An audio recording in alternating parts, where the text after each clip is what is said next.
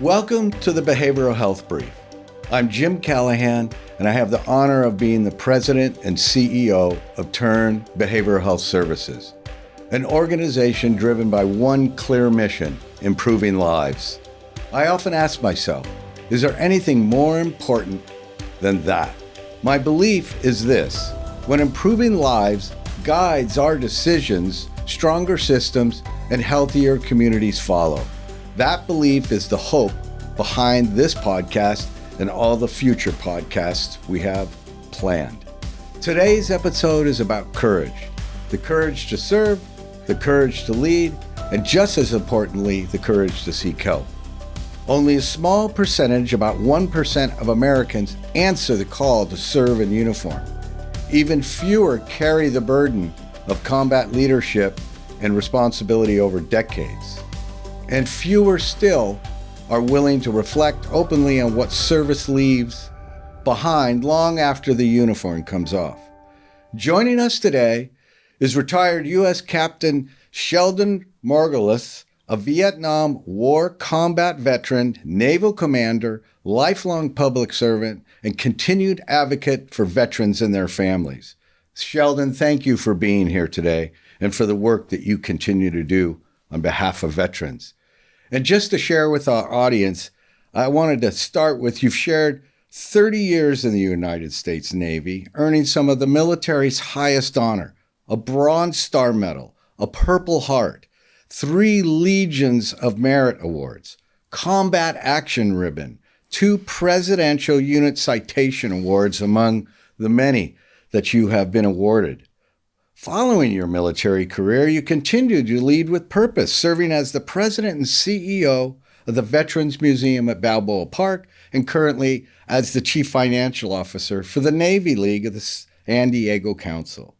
To start us off, for the listeners who may not know you yet, could you share a bit about your naval career and what drew you to serve? Well, like many people, I had not a lot of interest in serving, but a lot of interest in going to college. And there was this program called Navy ROTC. And I said, well, if I do that and then serve for 4 years, I can get out and start my professional career. What I found out after those 4 years is that I was given the opportunity to lead at a very young age, the opportunity to have tremendous responsibility. And suddenly, it was 30 years later. Wow. So it turned out that this little scholarship really led me to a great career in the Navy and an opportunity to not only serve individually as the CEO of a guided missile destroyer, but also to run major training centers and to help in the development of what is now the Aegis weapon system, the core of the surface combatants in the Navy today. So it was a great experience. I mean, I truly enjoyed what I did in the service, and job to job took us all over the country, and we were very fortunate over time with that service. So maybe you could expand a bit on what were some of your early leadership opportunities when you had joined the Navy, and then all of a sudden you're a leader and you've got how many people working for you, and what were those responsibilities, and how did you manage all that? So it was very interesting. So I started off as a division officer on a ship, and thought that would be my path forward in the Navy. When I got a note from the detailer that said they needed people of that experience to go to Vietnam, and my question back was, I thought everybody going to Vietnam were volunteers. And his response was, when you signed up, that was the last chance you had to volunteer. So so there I was on my way to riverboats and XO of a river division, about 60 to 70 people working for me, doing patrols on the rivers of Vietnam. We started in a relatively quiet area and ended up right on the Vietnam-Cambodia border. And we were there for Tet of 1969. Wow. So a very, a real experience leading these young men We talk about the youngsters in the Navy. There were 3 or 4 people in my group that were older than I was at 25. At 25. But most of the folks that worked for us were younger than that. Wow. So like right out of high school or maybe junior college? Right out of high school or on their second tour in the Navy. And they predominantly were volunteers. They came into the Navy to avoid the draft. Yeah. And thought that they were going to be on some nice ship somewhere. Yeah. And here we were in the brown waters of Vietnam. Yeah, as I said to you when we met the other day for coffee, I had a boss at one point in time, and he enlisted. And he ended up in the Green Berets, and he ended up jumping out of helicopters and sending landmines on the Ho Chi Minh Trail. And your group probably picked him up as they were getting to be able to get picked up and out of the hot zone and moved on. And he was very young at the time, 24, 23, 24. Never expected that he was going to be in that position. So interesting, very interesting. Yeah, it was. I would have to just say that the easy part of the job was going out on the rivers myself. The hard part of the job was sending out these young kids, knowing that you were sending them into areas where combat was likely. So very mind-changing kinds of operations that really affected you in a way you never knew. Yeah. Can you expand on that, the mind-changing expectations when you're sending people? Like, I'm a CEO. I don't send people out into the battlefield. I can't imagine what that would be like. So I thought it was very challenging. I was okay, as I say, going out myself. It wasn't until years later that I realized how much that sending people out had gotten into my head, and what its effect was years later, having left combat, having left the Navy. Yeah. And then suddenly 40 years later, realizing that my mind was not as straight as I thought it was. Yeah, interesting. We'll get into that a little bit later today. But when you look back over the 30 years in uniform, what are you most proud of? Well, and what stays with you the most? Well, I think that while you enjoy being the commanding officer of a ship, one ship off doing its job, a couple of deployments, what really sticks with me were the 2 major training centers I was in charge of. So in the last years of my command, last years of my time in the Navy, I spent 4.5 years in a place called Dahlgren, Virginia, where I was the CO who put together the Aegis Training Center. Yeah, okay. And Aegis, for those that may not know, is the core combat system on the largest number of ships in the Navy today. And then going on to be CO of Fleet Combat Training Center, where I took the rest of the ships in the Navy and got to train them in getting ready for deployment. So those were the jobs where you affected thousands of people each year, getting them ready to go to sea and to do their job. Interesting. Maybe we could back up a bit, and if you don't mind me asking, what did you do to receive the Bronze Star Medal and or the Purple Heart? Well, I would say that I was careless and allowed the North Vietnamese Viet Cong to get to me. So we were in our base camp in Tet of '69 when they attacked us and the bridge above us. A rocket came through my tent. A rocket hit the bridge. Chunks of concrete and steel came down from the bridge, some of which I still carry with me.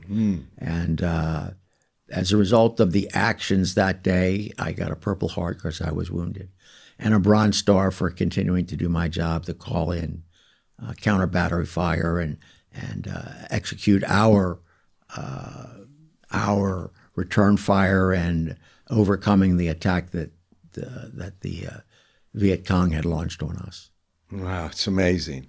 I can remember I was young. I was probably, what year was that, 69? 69. So I was probably like 12 years old when all this was occurring because my brother got called up to duty. So, and he got shipped off to Vietnam, and he came home, and when he was done with his he packed up and moved to Hawaii and has lived there ever since. But I can remember seeing films of what was occurring over in Vietnam. So it's just amazing. Well, how about the 3 Legion of Merit Awards? Well, those were really the results of those training commands. Okay. In my last 3 tours as a captain, I was fortunate to have wonderful people working for me who made me look really good. And I was able to be recognized for running those training commands and also some work at the Naval Surface Force staff here in San Diego.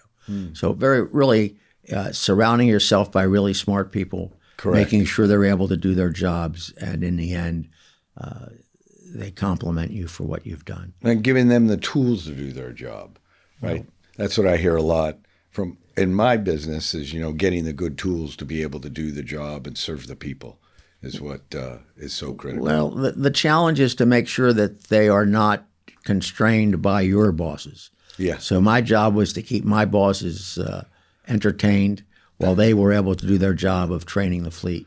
Yeah. So we were really, we were very good at what we did. How many people would you train at one time, or groups? Well, it depends. We'd have in Dahlgren, we'd have 8 or 10 classes of 12 to 15 people on site. We had groups of our staff who were stationed from Rota, Spain to Yokosuka, Japan, who were training the ships at sea during that time. We'd train. We'd probably have 300 or 400 or 500 people on campus, plus train 4 or 5 ships that were deployed around the world. Really, very exciting. And so that was after you were in Vietnam, that you were in these different locations throughout the world, working at the training centers for new recruits that were coming in, and. Well, I'd spent, so I came back out of Vietnam. Yeah. I went to the Naval Postgraduate School while I was on limited duty because of the wound from the Purple Heart. Right. And then began a naval career that was split between weapons systems acquisition, the Aegis program, and doing normal jobs at sea, the department head, XO, CO of tours at sea, and then finalizing the career with running the training centers. Right. And then we talked the other day, after the training centers, you went to work for Lockheed? I went to work for Lockheed. Yeah. Lockheed felt that turnabout was fair play. When I'd been on my active duty time, I'd been supervising Lockheed in their production of the Aegis weapon system back when they were RCA, et cetera. And then I went back to work for them and took on the job of being the international and domestic supply chain management for the Aegis systems worldwide. And so that was, Lockheed had the contract with the government to deliver those systems. You were actually overseeing those systems being installed on ships and stuff like that. And then you came out and then went to work for Lockheed. What an easy transition for Lockheed, well, right? it was an interesting transition. I went to work and replaced people that I had worked with. Oh, wow. So they were somewhat older than I was. So I was the next generation of what we call sustainment and logistics support, developing the training courses and doing the spare parts repair and distribution. Wow. It was very, very exciting work. Yeah. Are those systems still in place today in operation? Those systems are still in place today. We commissioned the first Aegis cruiser, USS Ticonderoga, in 1983, and we are, and then the first destroyer in 1991, hull number 51, and now we are up at hull numbers 140 something. So I would say I never expected, and I would say my contemporaries of the time never expected to still be putting those ships to sea 30 years later. Interesting. Amazing. So one of the things I wanted to talk about with you today was, the veterans that experience PTSD, and that, 6 to 7% of veterans are experiencing that. It translates roughly to 14,000 to 15,000 veterans in San Diego County alone that are experiencing it.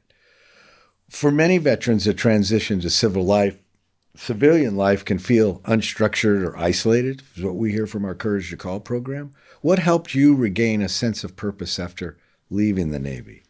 Well, it's very interesting. I never felt that I was suffering from PTSD until I stopped working. Interesting. And then I realized that I had been, I would say, hiding from myself the effects of PTSD. I was ignoring the dreams. I was ignoring the nightmares. I was ignoring the lack of sleep, attributing that to my work. Mm-hmm. But when I stopped working and those things didn't stop, it became obvious that something had been going on for 50 years. Wow. And a primary care doctor at the Veterans Administration looked right through my pretense and said that I needed to talk to a clinician about what was going on. And it was clear after one or two discussions that I had been denying, hiding the impacts of combat on my life. Like you said earlier, sending the guys out on their own on the riverboats, right? Well, yes, I would say just ignoring what I had done and what it had meant to me and what it had done to me. And it was only after about a year's worth of work with a clinician and a couple of medications, which are interesting. Neither one of them has a primary diagnosis of treating PTSD, but what they do overcomes the PTSD. I was within a matter of a month after starting the medication. The dreams went away, the nightmares went away.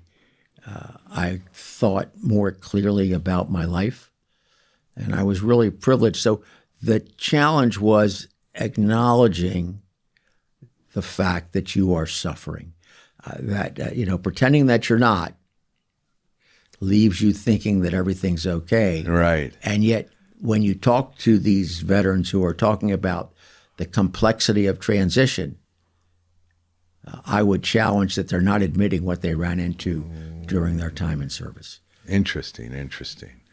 And I think you've spent some time with Christina, our program manager. Did you share that experience with Christina? Because she experiences some of what you're talking about in the clients that she serves every day. I did. I talked to Christina a lot because for a lot of reasons we have some ships in common. And what our discussion was is you have to admit it. Yeah. If you are unwilling to acknowledge that you have a problem, then that problem is going to grate on you in a way that is hard to understand. And I was fortunate. I had gotten through my time in the Navy, okay. I'd gotten through my time at Lockheed, okay. But when I stopped that real work, the impact of PTSD became more evident. But it was another 7 or 8 years before the VA gave me that PTSD diagnosis and convinced me to get treatment for it. Was that here in San Diego? And that was here in San Diego. That was at the VA right up in La Jolla. Yeah. So I encourage the veterans that I talk to, particularly those that are having problems, to acknowledge that they're having the problems, to talk to the VA about it, and to get themselves into some level of counseling. Yeah. It seems that I was really surprised that the number was as low as 14,000 to 15,000 veterans. Because when I think about PTSD and the Gulf Wars, for one, and the amount of people coming home from the Gulf Wars, and that's when it seemed to become more prevalent in our society, was from those wars and not necessarily all the way back to the Vietnam War. And so anything to expand upon that? I would tell you that we have had what is now called PTSD in every combat that has ever happened in the world. We just haven't called it that. We didn't recognize it. We called it battle fatigue. We called it. We had lots of words for it, but in reality, it was the mental anguish that you were suffering from being in combat. And I think that it is only, and really we didn't recognize it in Vietnam either. It was well after the end of the Vietnam conflict that we began to recognize what our military were suffering from. And it took a long time. It took a long time to acknowledge it. I think if you would, and I will say that percentage that you see, it's the percentage of those who acknowledge it. So there's a lot more. So there's a lot more out there where it's it. not acknowledged, and it leads to a lot of the homelessness, a lot of the family issues that we have within our active duty and veteran community. Yeah, interesting. It was shared with me that you participated in the honor flight. Can you share what that experience was like for you? And So, for people who don't know what honor flight is a program all over the country. Yeah. Where we started to fly World War II veterans back to Washington, D.C. for a day at looking at the monuments and memorials back there. That program has expanded to cover Korean War veterans and now Vietnam-era veterans, as we have really are reaching the end of the numbers of World War II and Korean War veterans that we have. And it takes the veterans, all expenses paid, for one full day of going around and seeing the Marine Memorial and the Air Force Memorial and the Army memorials at the World War II memorial, the Korean War Memorial. Really a very, very busy day, but one in which you really get to think about what you've been through. I started off as a volunteer of the program. I was on the list of, if you need a guardian to escort somebody, give me a call. I got a late call to go with a Korean War veteran. It was a great trip back. I enjoyed it. He enjoyed it. He met other Vietnam-era veterans, Korean War veterans. It was really a very good trip. And when I got back here, I said, I'm done. I don't need to go again. And I came under an interesting pressure from my friends in the museum honor flight program to go. And I was able to, my son, who is active duty here in San Diego, was able to get time off and go as my guardian escort. Oh, nice. And that was part of the beginning to really acknowledge the PTSD that I had.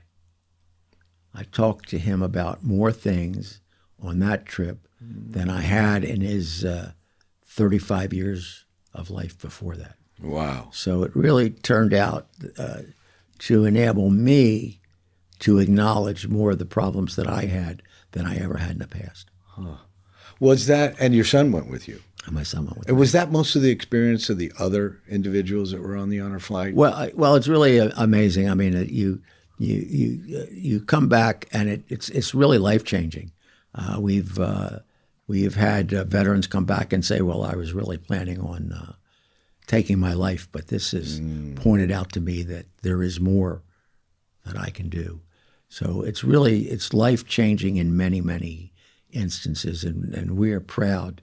The San Diego Honor Flight Group is very proud of the work that they get done. Holly runs that group down here. Well, Holly's she's the communications person, and she's the front end of that organization. She does a great job. So, just a little experience for myself, nothing like you've experienced, but I was in Washington, D.C. just about this time a year ago. And I flew in early because I was back there for a meeting with our elected officials who represent San Diego County and our area. And I got the afternoon, on Sunday afternoon, to go tour all those memorials that you talk about. And boy, it's just moving when you're on that mall. and you walk around the mall and you hit the different monuments, the Washington Monument, the Lincoln, and all that, and the war memorials there, the one for World War II and stuff. Because I don't know if my dad ever got to do something like an honor flight. He was a World War II Navy pilot.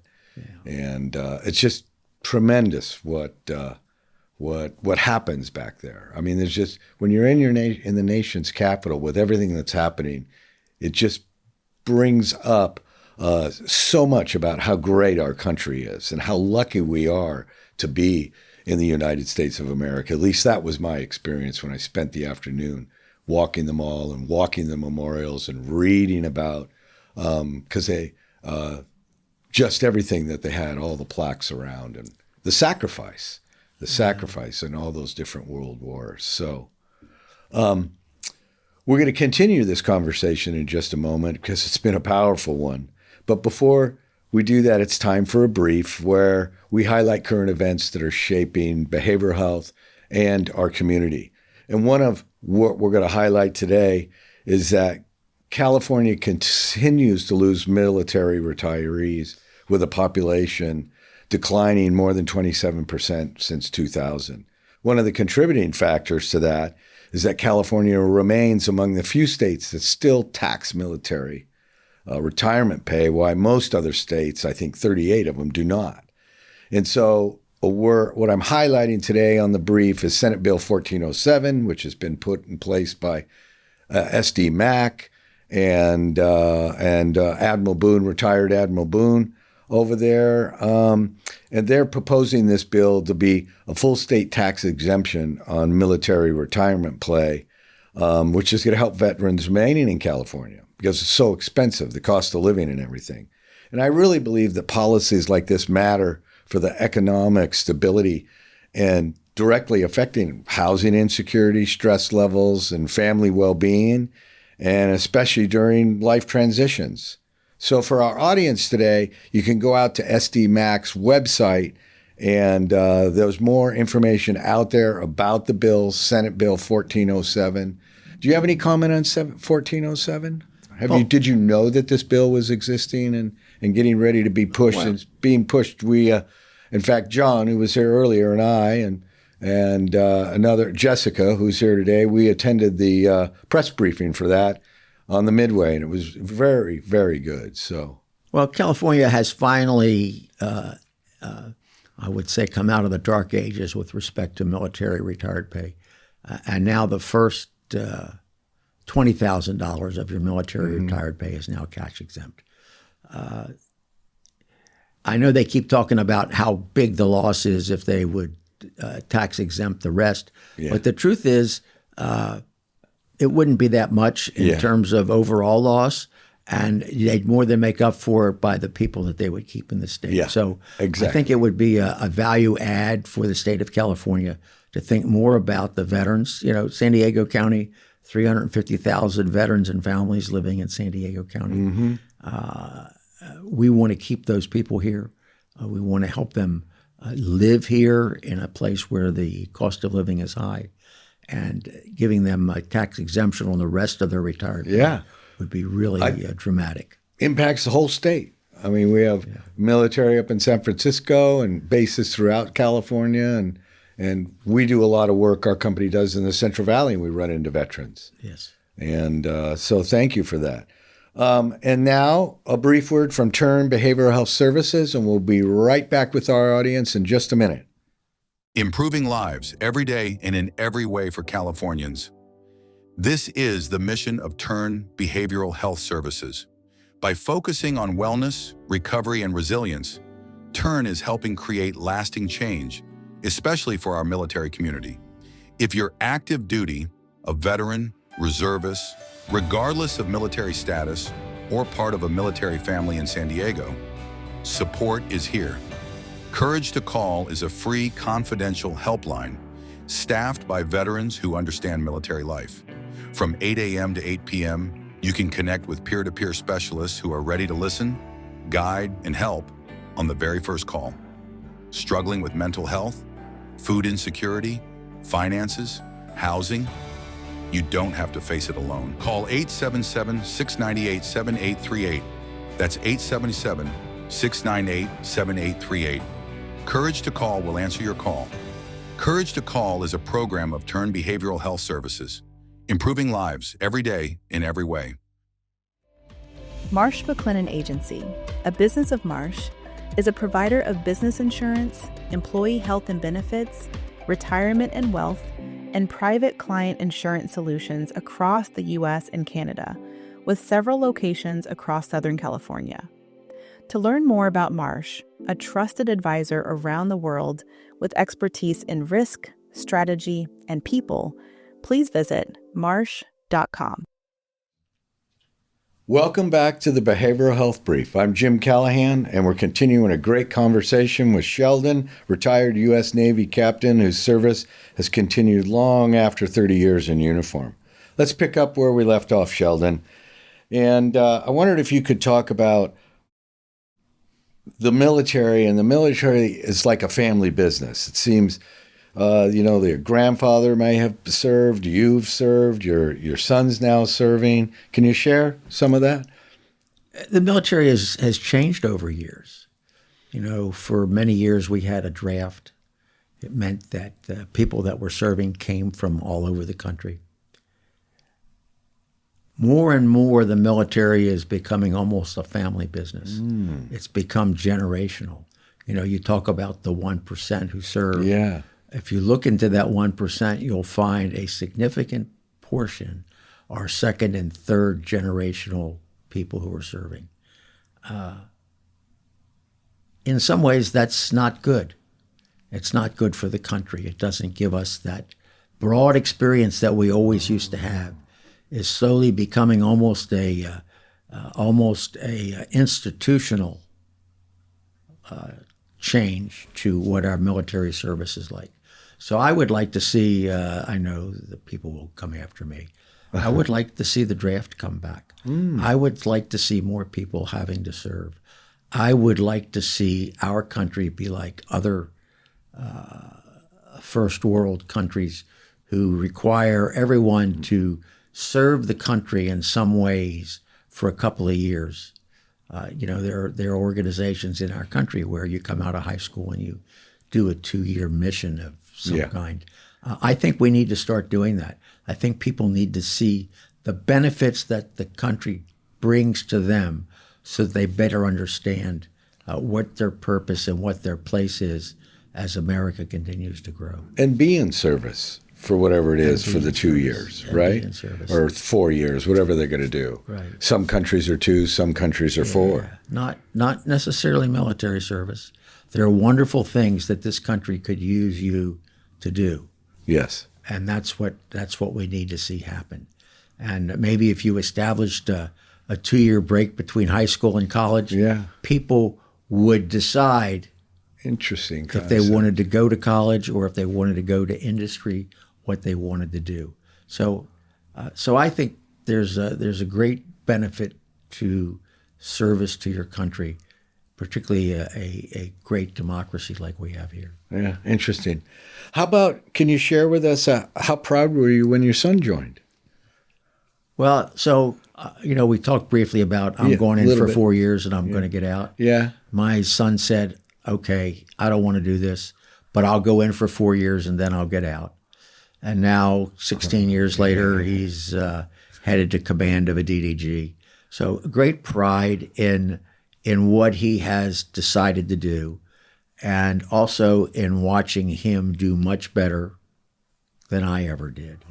So it's a real privilege to watch how he is progressing in the service today. Interesting. Are you familiar with our Turns Courage to Call program? And why does it resonate with you personally? So, years ago, I became familiar with Courage to Call. I worked with the former leaders of the organization. I loved it. It really is a benefit to veterans and to active duty, really, in our community. I first really supported it because it was a mental health opportunity. That was before I knew all the other things that it did.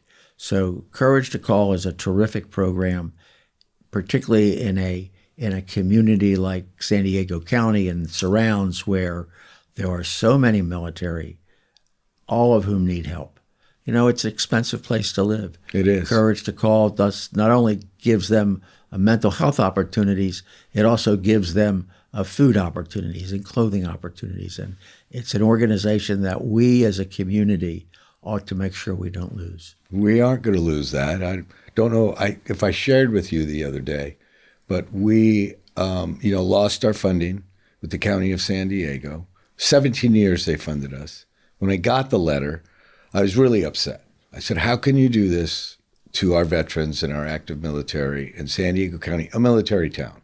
I'm thankful for all the years of funding, but we put together a campaign to go out there and raise funds for Courage to Call. And we've just received in the last probably 10 days, $500,000 match grant.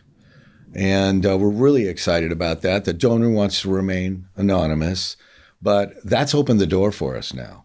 And so we're going to be able to, and I was in discussions with one of the supervisor's office just recently this week, called me and said, tell me the exact number that you need to fund Courage to Call, because we're working with the county right now to try to get some money set aside for next year. And I said 1.45 million. It's actually 1.49 million. So I missed it by a few $100,000. But we're hopeful that we're going to get some money out of the county, even after they've said they're not going to fund us. But we're really putting a push out there to raise money for Courage to Call and keep that program going. We're not closing. There's been talk out there about us closing on June 30th. We are not closing. We have enough funding now to take us through the end of the current calendar year, and I know we'll be able to grow that. So I'm excited about that. Yeah, I would encourage folks that if you're looking for a place to give to Courage to Call. It really is. It's one of those organizations that literally helps you get inside your own mind, helps you move forward, helps you and your family. So while I'm not a big guy asking for money, Courage to Call is one of those things that I personally support and think is important. Thank you for that. I feel the same way just about Courage to Call and what I've seen that they can do, which I think the key thing is they're peer-to-peer. They're actually veterans themselves. Christina, who runs it 12 years in the Navy. And so they know how to help people because they've experienced it themselves in some way, shape, or form. So thank you for that.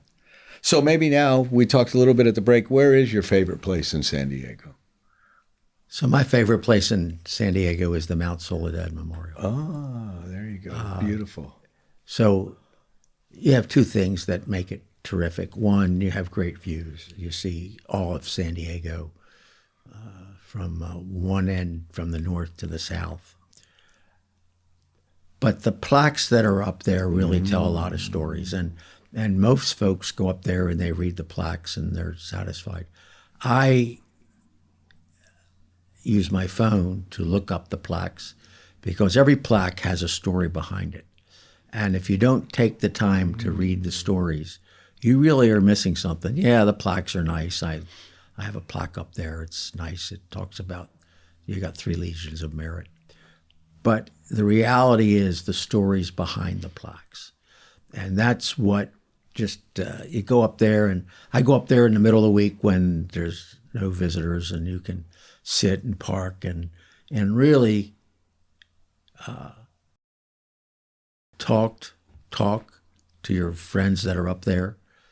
Most living, some already passed away because of how long that monument's been here, that memorial's been here. But it's a terrific place. They do great things in the community. And for me, it really is a place when it's quiet that you can really talk to yourself. So I enjoy it. Yeah, I mean, there's great. Lots of places in San Diego County, but the truth is Mount Soledad is a unique spot. And you ought to, when you go up there, bring your phone with you and look up each of those names and read the backstories. Interesting. I didn't know you could do that. So, well, with technology now, right, you could just about get anything. They all have backstories on it. Yeah. It's really very good. Interesting. Would you like to share about your grandchildren at all? I've heard a couple times mention your I grandchildren. love my grandkids. When we moved out here in 2006, my son was just entering college, and my daughter was teaching high school in Center City, Baltimore. And my son graduated from college and got the Navy to send him out here. And my daughter looked around and said, "What the heck's going on? Why are you all out there?" And we said, "Really? You were born out here. You don't have to ask that question." And she came out and joined us. So both my son and daughter live out here. They have, my daughter has a 17-year-old and a 6-year-old, and my son has a 2-year-old and a 4-month-old. Oh, my. And my son and daughter-in-law are both active duty Navy commanders, so they're busy all the time. So we get a lot of the grandkids. It's all good. That's nice. It's all good. That's nice.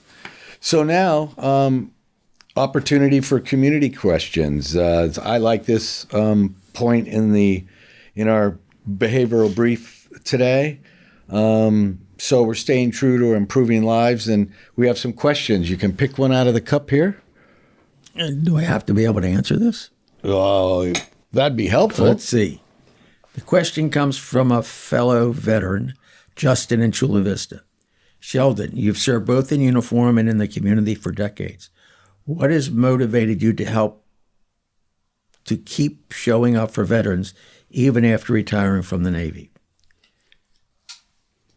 Well, I've been blessed with my time, really. Great time in the service, great time working for Lockheed Martin, great time running the Veterans Museum. But also learning what is happening to veterans. Mm-hmm. Having been through it myself, having seen the difficulties that veterans can face, from those that are hanging in there in business to those that are homeless on the streets. So whatever I can do, it's important. It's important that we as a community recognize that service impacts how you think. It impacts your mental attitude, your mental processes, and your health. And if we, as a community, as a country, don't take care of our veterans, who's going to take care of us? Yeah, exactly. So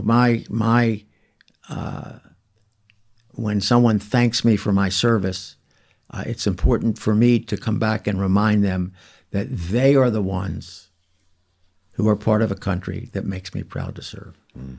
So that's my job. Great. Let's see what question number 2 holds for us. Melanie from San Marcos asks, from your perspective, what do veterans sometimes need the most but are least likely to ask for?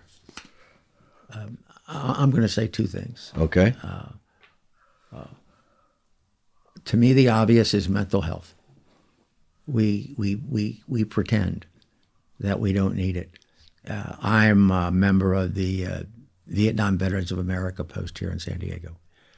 And I talk to my fellow veterans there, and it is clear that many of them are in denial. As hard as I work to convince them that they need to talk about what's going on and get a clinician and try and help themselves, they are, like I was, 40 and 50 years denying that there are any problems. So that's the veterans. And then the active duty community are afraid that if they ask for help, it will get back to their Right. seniors and they will no longer be looked upon Right. in a positive light within the service. Right. So you have those problems, whether it's for the active duty, whether it's financial or mental, is an unwillingness to ask for help because they don't want it to get back to their bosses. Right. That's one of the key things for Courage to Call is that we don't do. When they active duty come and ask for help, we serve them, but we don't report. Yeah. So that really helps the active military. It's really key. Yeah. Really key. It's too bad the active military looks on it so disparagingly that somebody has asked for help because you see it after the fact. But while they're in, it could stymie their career if they asked. Well, you have people within the service who are senior, who are in denial, who when someone who is junior to them comes up and says, I have a problem, their denial precludes them from recognizing that it really is something that needs to be dealt with. Interesting. Interesting that you mentioned it that way. Yes, sir. Interesting. Well, here's the last question in the cup for you today. Sure. You know, we've done 2 for 3. Are you sure we want to try 3? Yeah, 3 for 3. If you could offer one piece of advice to veterans or families listening today who may be struggling quietly, what would you want them to know? Speak up. I know there's a risk. There's that possibility that the seniors that you're dealing with won't understand. But you can't hurt yourself by not speaking up. And if you want to do it in a manner that isn't open to the service, there are organizations, whether it's Courage to Call, whether it's STEP, there are many organizations here in San Diego who will help you and not report the issues to your bosses. Come ask for help. Don't pretend. It's not a good way to go forward. And I speak from having hidden it from myself for 40 or 50 years. Thank you for that.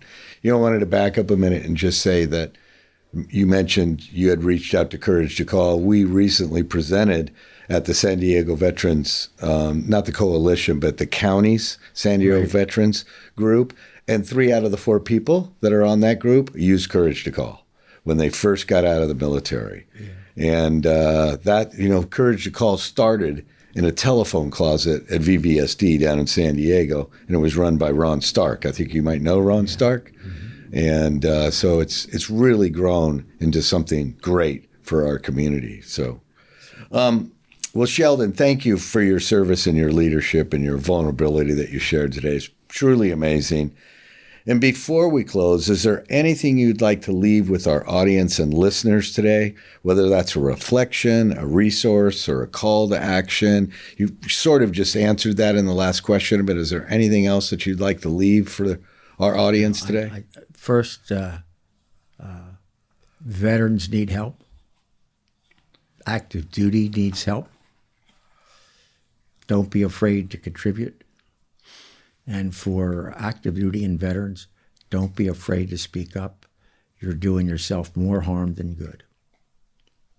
Thank you for that. It's terrific. As we close today's episode, I want to pause and practice something essential to well-being and perspective, and that's gratitude. I'm grateful for TURN's Courage to Call program and for the veteran and veteran family staff who lead it. They meet people where they are without stigma and connect veterans and families to life-stabilizing support. Special appreciation to our donor for a $500,000 match investment to help sustain Courage to Call, as county funding concludes later this year and strengthening our Keep Courage Alive campaign. I'm also deeply thankful for TURN's 17-year partnership with the County of San Diego, which helped build this lifeline for veterans and their families. To our listeners, thank you for spending time with us today. Please like, share, and subscribe. And as I close, I'll answer the question I opened with. There's nothing more important than improving lives. And together, we are all improving lives. I'm Jim Callaghan. This has been the Behavioral Health Brief. See you next time.